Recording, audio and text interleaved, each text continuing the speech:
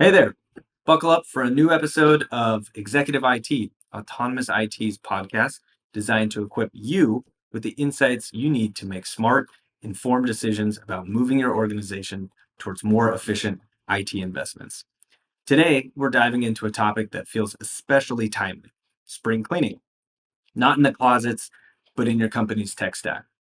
Tool sprawl has gotten real, and many teams are trying to consolidate. But the question is, at what cost and for what gain?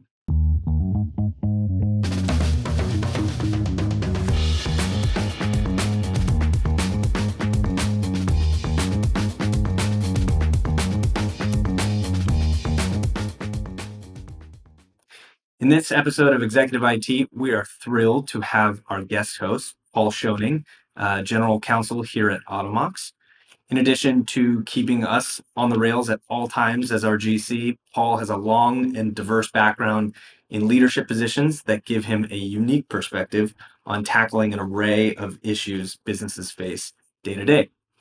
Appreciate you taking the time to chat with me today, Paul. Anything you want to tell the audience about yourself before we get into it? Thanks for having me, Evan. Um, Maybe some folks out there are wondering what on earth the general counsel has to say about IT tool consolidation. First and foremost, I am the main buyer of legal tools. So tool consolidation on legal tools is something that I have gone through and something that I think about. But I also see every single contract that comes through Automox. So when folks are looking at doing tool consolidation, I spend a lot of time talking with the business teams about their goals from consolidation, making sure that the agreements and their plan is going to get them the results that they want.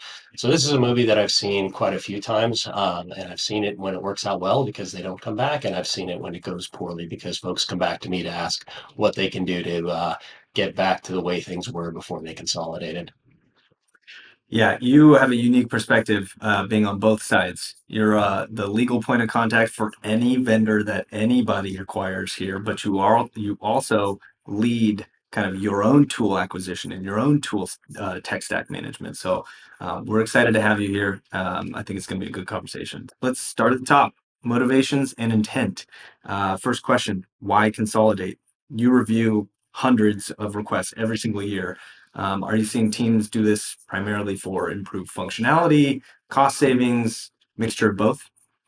Yeah, I think those are probably the right buckets, Evan. When folks, typically tool consolidation means moving from a smaller provider into one that already provides a number of your other tools. And, it's no secret that usually as spend increases with the vendor, your discounts increase also. So folks see it as an opportunity to reduce their cost by having a consolidated bill.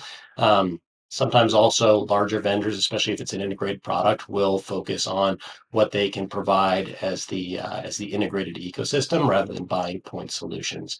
And then sometimes it's a mix of both. Oftentimes sales reps will come around promising cost savings in addition to the improved functionality that you see. So I think those are the right buckets. Okay, so when functionality is the goal, how do you vet kind of the promise of a tool before the purchase? I mean, we've all seen and sat on, dazzling demos, right, that fall flat post implementation. Any rule of thumb for setting realistic expectations going into it? Yeah, when I talk to the teams, I think the single most important thing you could do is give yourself enough time so that you can thoroughly vet a product. And this means not just watching the demo, but taking the time to do a proof of value, or at least at a minimum, doing a customer reference call or two to talk about what other folks have seen, and make sure on those calls to ask what didn't meet expectations and what didn't go well. Because if they can't tell you that, then it's either a tool that I've never seen before, where everything's perfect, or they're really kind of advocating for the manufacturer. Yeah.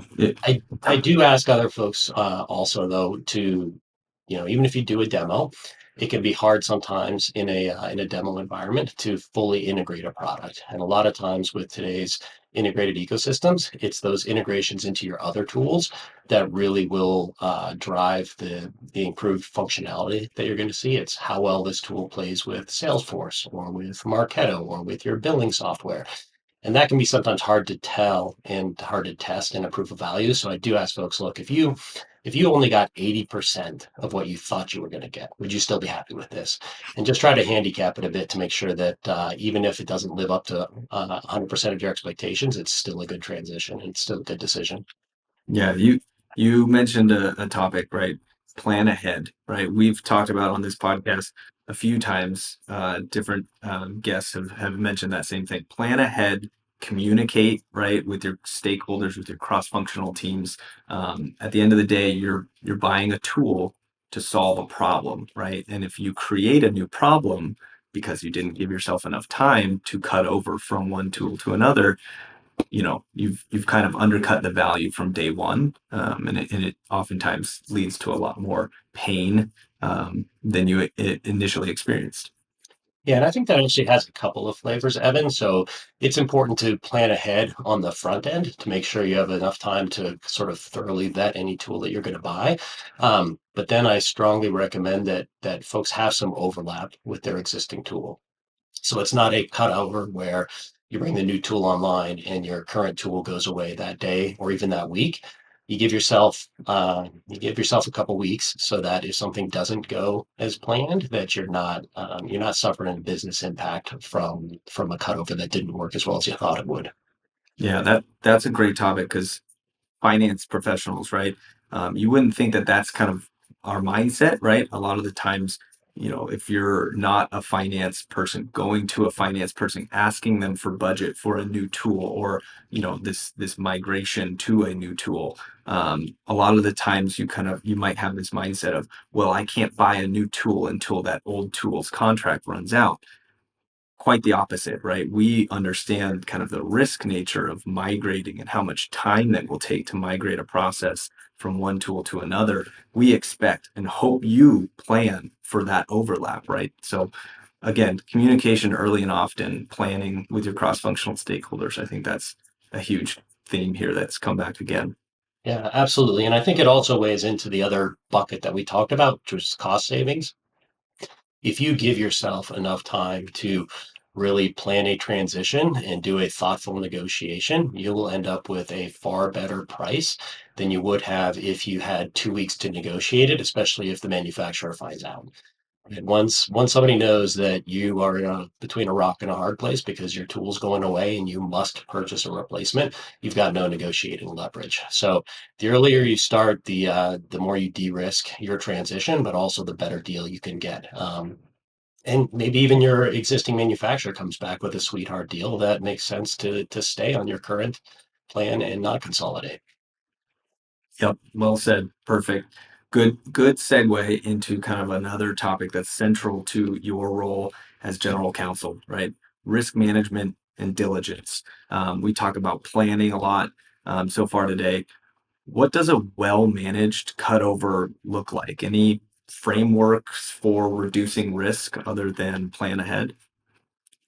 I think it's the things that you touched on where give yourself enough time, but then also communicate, right? None of the tools that we use operate in a vacuum.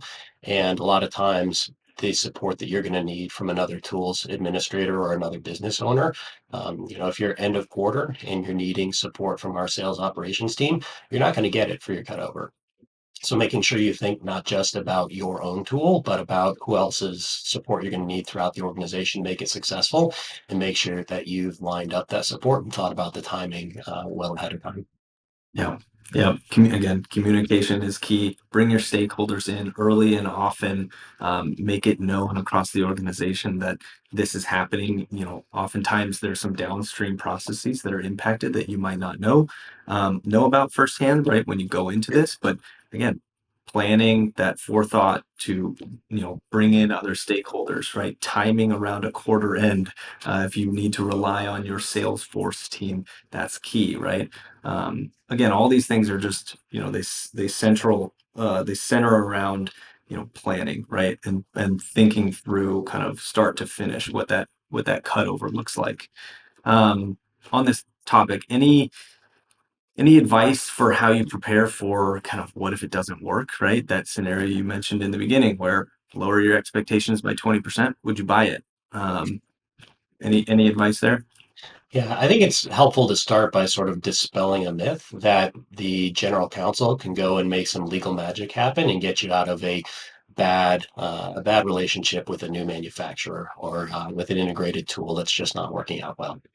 Um, Typically, with smaller dollar contracts, it would cost a company more to go and try to enforce its contractual rights than it would be simply to walk away from the contract and eat that cost. So you should not count on having a legal remedy, especially for your smaller dollar contracts. So, we can think about some of the things that we already mentioned about making sure you've done your diligence on the front end. That's really how you protect yourself. But then also thinking about just the level of support and customization that you need. So typically, when I hear tool consolidation, it's moving from a small manufacturer to a large vendor with a much more robust product offering. And you may go from being a really meaningful customer in terms of spend to being just another piece of their SMB portfolio. And so the level of attentiveness that you'll get when things aren't working well, or if you need any sort of customization, may well go down when you go through tool consolidation. So it's one of the downsides and something to really be cognizant of and to vet out when you're doing a POV, which is how responsive is support to somebody that is a customer of my size. If I'm going from being a relatively large customer with a small manufacturer to just another small customer with one of the large manufacturers. It's perfect, Paul. You said something about tool consolidation, right? And moving kind of to a large enterprise vendor. That's generally kind of the direction we see when we think of tool consolidations. It's moving from kind of that small mid-market provider to a higher level enterprise offering. Um, Trade-offs are kind of a natural ramification of that move. One of which is, maybe the attentiveness of the services or support team on that side as you're trying to get stood up. Any other trade-offs, typically gained or won in that move?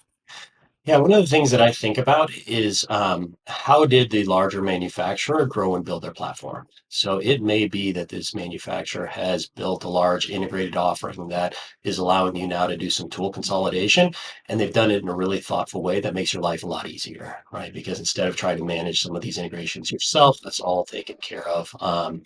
They've got better leverage with some of the other big players, so it's just a better experience overall.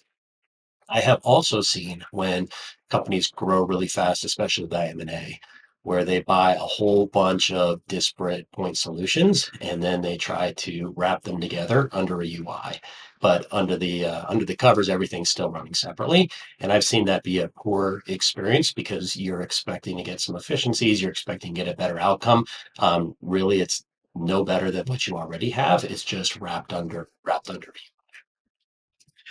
Have you ever seen any of these tool consolidations from maybe that mid-market provider to a larger enterprise vendor? Have you seen any of these consolidations backfire? Any kind of early warning signs, in hindsight? Evan, I have, and typically it goes back to folks who didn't start early enough and didn't thoroughly vet out their transition. Also, I think there's additional risk if you are consolidating several tools into a brand new provider that does a lot of things, right? It's one thing if you've got two manufacturers and you're going to stop using one of them and go to expect more of your existing provider because you probably have a track record with them. You probably know what to expect from support, et cetera. Sometimes I'll see folks take two or three tools and say, look, we're going to go with this new provider who provides all three of these things. And that one is definitely more fraud, more chance for it to be a poor outcome or not live up to the expectations. And then probably the worst thing that I see folks do when they're doing these new consolidations with new providers is also signing multi-year agreements. My general rule of thumb that I tell folks is if this is not a provider that we've got a good track record with, we should absolutely not be signing multi-year agreements because I can't even count on two hands the number of times that folks have come back to me to say, "Hey, how do we get out of this 3-year agreement?" Again, it's plan ahead, right? Bring your stakeholders in, have time to go through this, right? It's not just a knee jerk, my contract is ending, let's move over, right?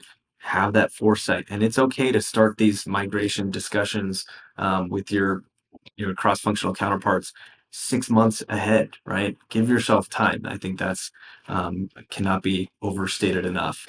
All right, with that, I'll say thanks to you, Paul, and thanks to all of you listening to this week's episode of Executive IT. Join us next month when we discuss data driven decision making. All right, thanks. Thanks, Evan.